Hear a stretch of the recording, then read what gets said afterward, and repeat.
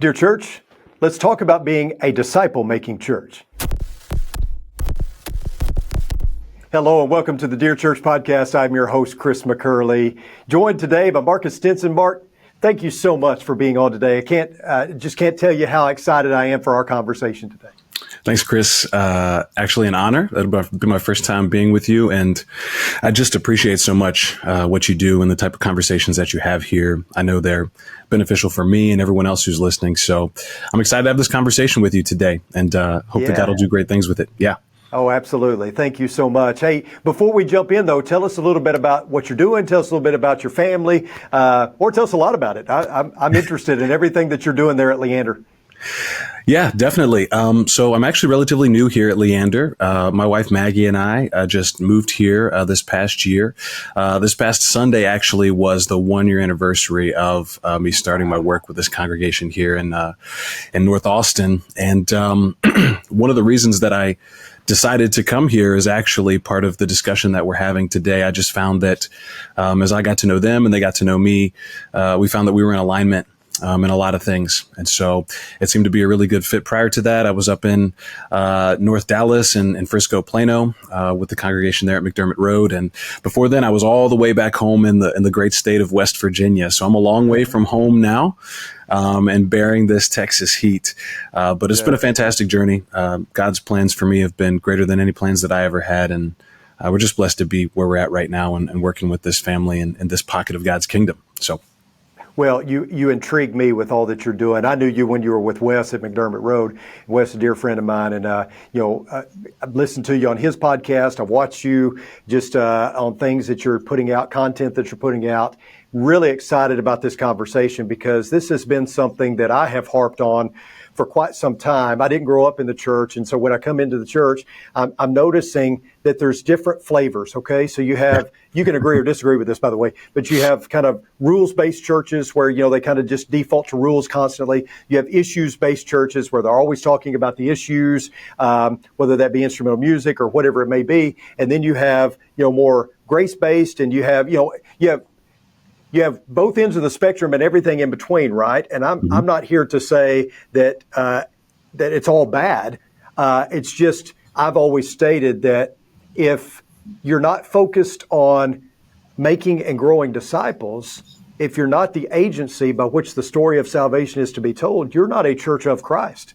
I mean, that's absolutely what the church was meant to be, first and foremost. Now, Paul addressed issues, as you always have to do when you get a group of people together, right? You have people, you have problems. But first and foremost, we should be not about rules, not about issues and all. First and foremost, we're about the gospel. We're about Jesus and the gospel. And, I hear it said about preachers many times, they'll give their view on a certain topic, or they'll talk about some issue that's going on. They'll say, thank you for being a sound gospel preacher. I'm like, yeah, but that's not the gospel. They may be a sound preacher and they may be a good preacher. They may present things very well, but that's not what it means to be a gospel preacher.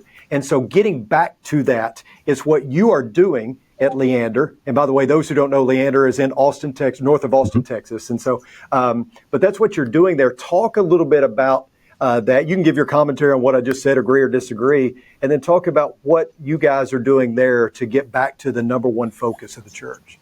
Yeah, man, I agree so much with what you just said. And I would also want to echo that it's not that any of those different issues and conversations that we have aren't important or that we shouldn't lend our attention to them. But I like to say, even if we achieve perfection in our walk personally and collectively as a congregation. Right. Picture the ideal, sound, growing, young, vibrant congregation. If we did everything right and we were in error in no place, but we didn't make disciples, the harsh, cold reality is we didn't obey Jesus. So we have a perfect church that's not making disciples. You're not doing what Jesus told us to do. And so that does need to be the focus. That is the mission that we're given. And we derive our purpose. We derive fulfillment from that. We derive the power and the authority that Christ gave us to that as well.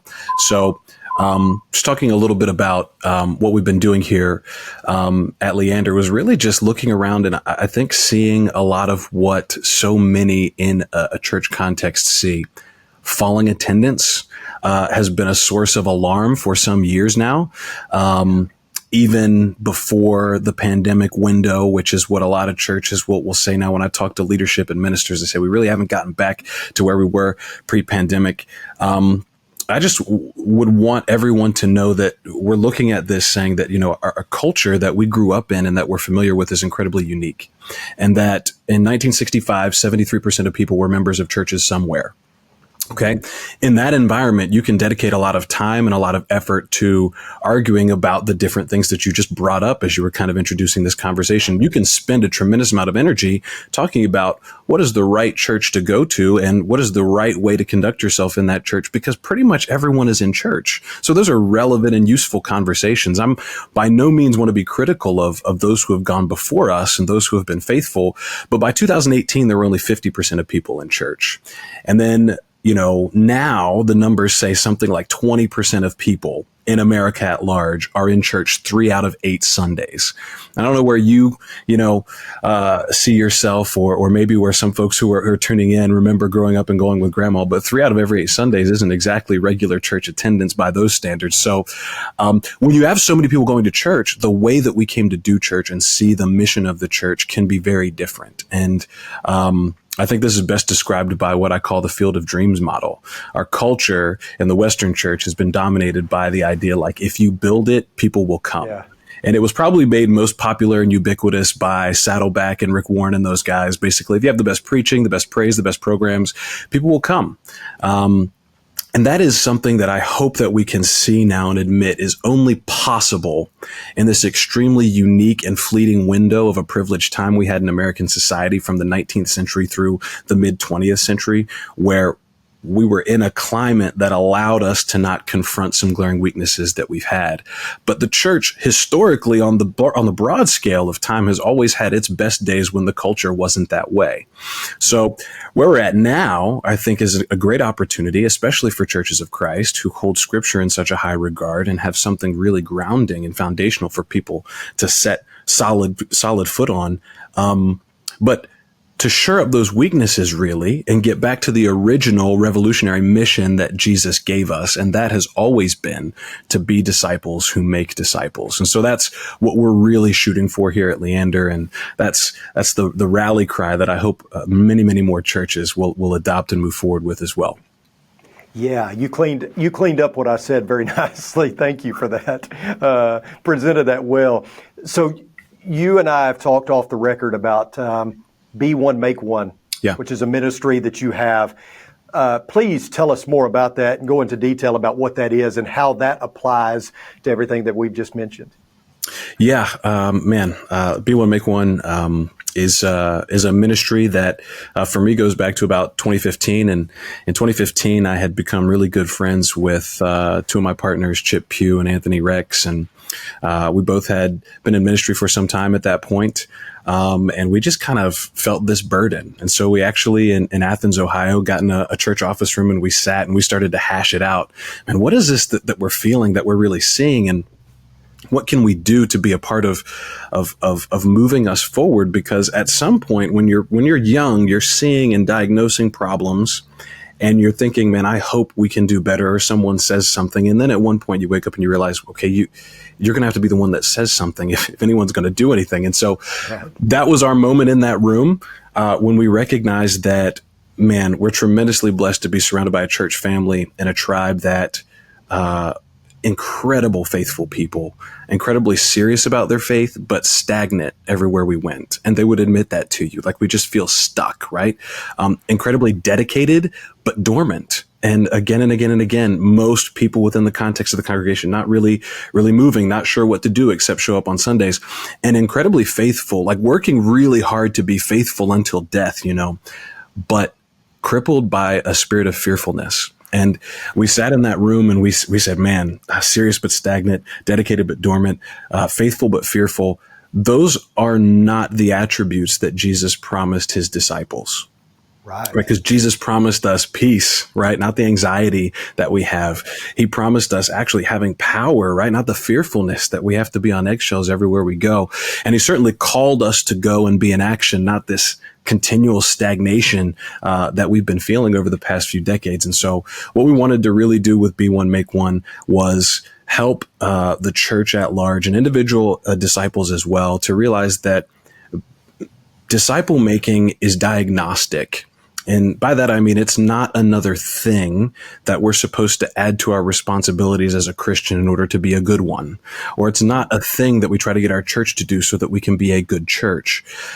Everybody is a disciple maker of something. We naturally, as humans, make disciples of the things that mean the most to us in our lives, right? Yeah. I've made a lot of disciples over Texas barbecue ever since I moved here in 2020.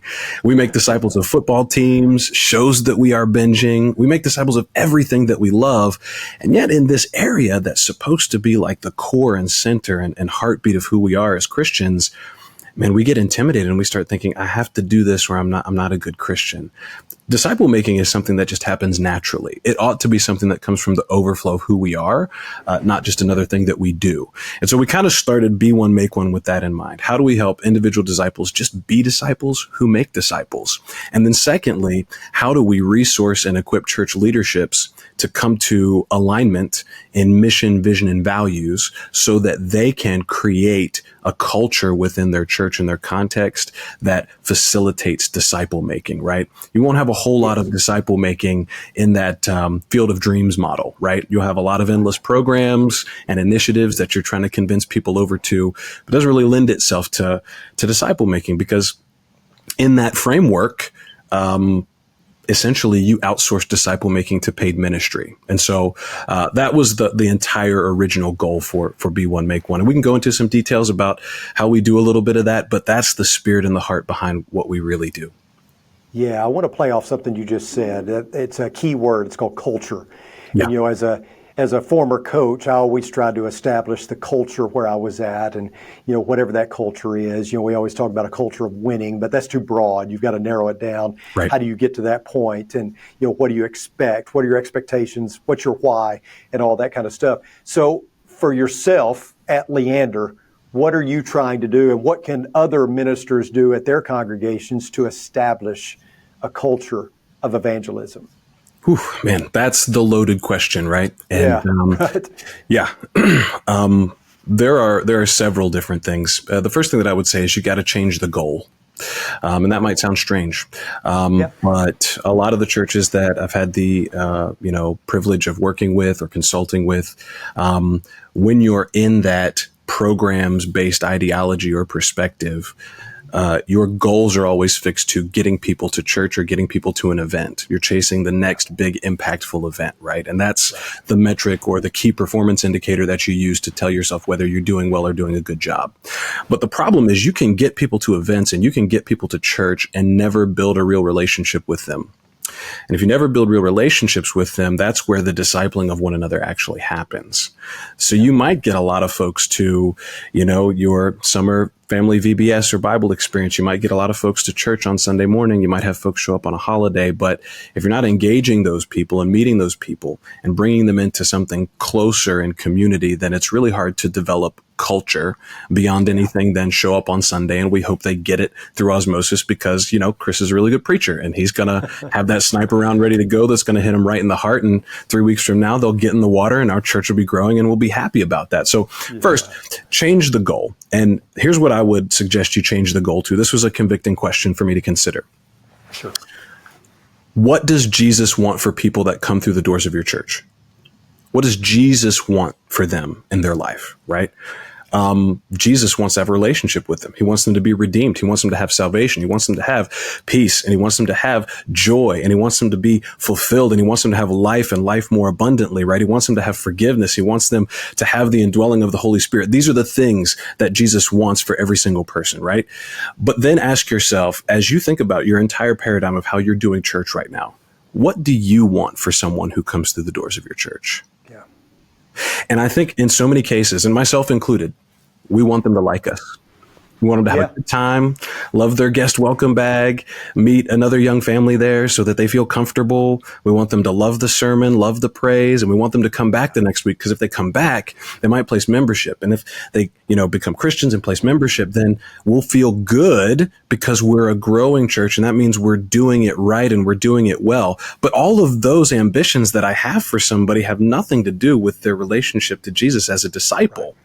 And so as long as what I want for someone who comes through the doors is different from what Jesus wants for someone who comes through the doors, I'm missing it. And I've got the wrong goal, and I'm not going to have a disciple-making culture, right? So that's great. Yeah. That would be the main, that's the first step that we have to come to before we can start to turn over a culture. Secondly, I would just say it's a long process. And it's not going to happen overnight. Culture doesn't happen overnight, but ultimately the goal is for every member of a congregation to own the mission of being a disciple who makes a disciple for themselves, and seeing themselves with their unique contributions and offerings and gifts and talents and resources as a part of that journey for someone, instead of, man, I hope Marcus is really good on Sunday because I worked up a lot of nerve to invite them. And if he bombs, well, we'll never see him again, right? That's a totally different paradigm that we're living out of. No, I think everything you're saying is spot on, because I think that's really what we tend to focus on. In churches, we're very numbers oriented. We're driven by the numbers. That's that's the quantifiable way that we can determine our success if, every pew is filled. And I hearken back to what Jesus said in John chapter 6 with his, I'm the bread of life sermon. He had this crowd following him. And what author was it that said maybe it was Francis Chan, who said, when we see a crowd, we get excited. When Jesus saw a crowd, he got suspicious. Mm. And this crowd, who I would probably, if I'm being honest, try to keep, leaves him in droves because of what he said. And he let them leave. He didn't chase them down and say, hey, let's negotiate this. Let's talk about, the great programming that we've got and all that kind of stuff. He didn't twist their arm. He let them leave. In fact, even looks at his disciples and kind of says, you can go too. So this getting past the numbers idea and looking at relationship and looking at what's the ultimate goal here. Is it just retaining people and having bodies in the pews, or is it something much bigger? So you're speaking my language. I love that. What do you do there, and what can we do to get buy-in from our people? Because it's only going to be as successful as the people who make it their mission. So how do you get individual buy-in? Oh, man. I love this question because this is the question that creates church committee meeting after church committee meeting after church committee meeting and meetings about having a meeting about the committee and all of these things. Because, you hear all the time, it's kind of a joke and a byword that, 20% of people do, 80% of the work in any given context. Yeah. It's kind of a joke now. So, how do we do this? And I think it's really important to kind of hang a lantern on and just be honest about something. A lot of folks that are in church leadership operate with a fearfulness. And I would say a fearfulness that goes beyond reverence and goes beyond good stewardship. And this is not to be critical, but the reality is anytime a minister whose livelihood is beholden to how a congregation feels about them, how an eldership feels about them, it creates difficult situations for what needs to be said and what needs to be done. I'm not sure there's a way around that in our current model. It's just a reality, right? Yeah. And the same thing for shepherds. I've met so many shepherds who are faithful men. They mean well. And in the hierarchy of what they must not do, they must not be the ones for whom on their watch we became apostates, or on my watch we lost a bunch of people. Right. And so what happens is we try to carefully curate anything that we introduce as to not offend as many people as possible. We try not to make people uncomfortable. Right. So I want to throw out a little bit of a different paradigm, because this is just human nature. And this has really helped a lot, I think. And this is something that the shepherds here at Leander have done a fantastic job embracing. I can't be more thankful for the group of guys that I'm privileged to get to work with here, because they were already starting down this path by the time I got here. And so this made a lot of sense to them. I don't know, Chris, if you're familiar with the product adoption curve. It's great if you're introducing anything into a new market, but this is just how human psychology works. So there's a method to the madness. So I think maybe the way to get past the numbers you were talking about is to look at different numbers that actually matter when you're trying to be persuasive. So here's how any given introduction of something new to a market works. Okay. We're going to introduce a new idea or a new technology or product to a given marketplace. 2.5% of people are what you would call innovators. And these innovators are the ones that want it because it's new. And they got to have the best, newest. These are the folks who are getting ready to camp out in front of Apple stores for a new iPad, even though it's basically the same iPad that it's always been. It's a little bit of a software update. They'll be out there for 3 days before, waiting in line, selling their places in line. These are folks who are, on the list for Tesla Cybertrucks, regardless of how many recalls are going to happen. Like, it's new, they want it. 2.5%, right? You can count on that whenever you're introducing something new. 2.5% of people are ready to go. The next 13.5% are what you would call early adopters. And they will jump on as soon as the value's been demonstrated. Okay? Yep. Now, that's about 16% of any given population. The next 34% are your early majority. The second or the following 34% are your late majority. These are folks that will inevitably, eventually be on board. They just come along in different strokes. Okay. Then you have 16% of the population that's going to be what we consider laggards. Laggards would be, in the context of the example I used, the people that have had the original flip phone long enough that now that flip phones are back, they can hide and pretend like they're on the front end of something that's cutting edge. They're not changing. They've got grandfathered phone plans. Like, they're not moving off of anything that they're already comfortable with. There's just going to be people like that in any given population, for better or worse. Okay. Yeah. Now, since elders and ministers are scared of losing people on their watch, what we almost always try to do when we want to introduce something, it could be we want to be a disciple-making church. It could be we want to do, whatever. What we try to do is we try to craft an announcement for the new thing or program that is safe enough that it won't upset the middle 68%. Okay. And we just hope that it'll catch on if we don't make that 68% mad, right? Yeah. But here's the way that the market actually works. If you get that 16%, that's where a new idea, concept, product reaches momentum. And what happens when you get the innovators and the early adopters, the early majority will follow the early adopters because the early adopters are the one who have influence in a community and a culture. And the late majority will always follow the early majority. And so if you know that you want to do something really well that's different in your church, it works like this. The leaders go first. It almost always has to be action before announcement, right?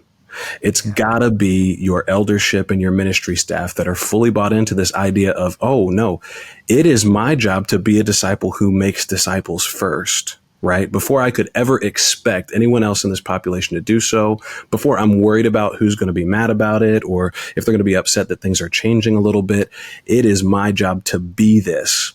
And then we can talk about how we're going to talk about it later. The interesting thing about going action before announcement is the announcements almost make themselves. Because one of the important parts about culture building is for us to realize that our culture will always be made up of the stories that we tell with consistency. And so if the stories and testimonies that God is creating, because disciples are being made in community in a way that we haven't seen at this church before, as those continue to be shared and told, they become the normative experience, and not just the normative experience for people who are a part of this community, but they become the expectation for the culture. This is just how we do things here, right? Like we have baptisms all the time, and Marcus doesn't do most of them because they were discipled by someone in their small group or their connect group, or there was a small group Bible study that was meeting throughout the week. And so people will naturally want to be a part of what they see and what they feel and what they hear happening in those disciple-making spaces. Your curiosity that you'll create by that action will always, always, always trump and beat the convincing you might try to do with a great announcement, with a video, and some other new initiative that you want to introduce. So that would be my answer for how you get buy-in. Understand how people actually work. And whatever you do, do not listen to the spirit of fear. Be what you're supposed to be and let God make the waves happen, because he always does. He always does with faithfulness. Always. And it's interesting to me how much we will quote the Bible and do not fear, how many times it says do not fear.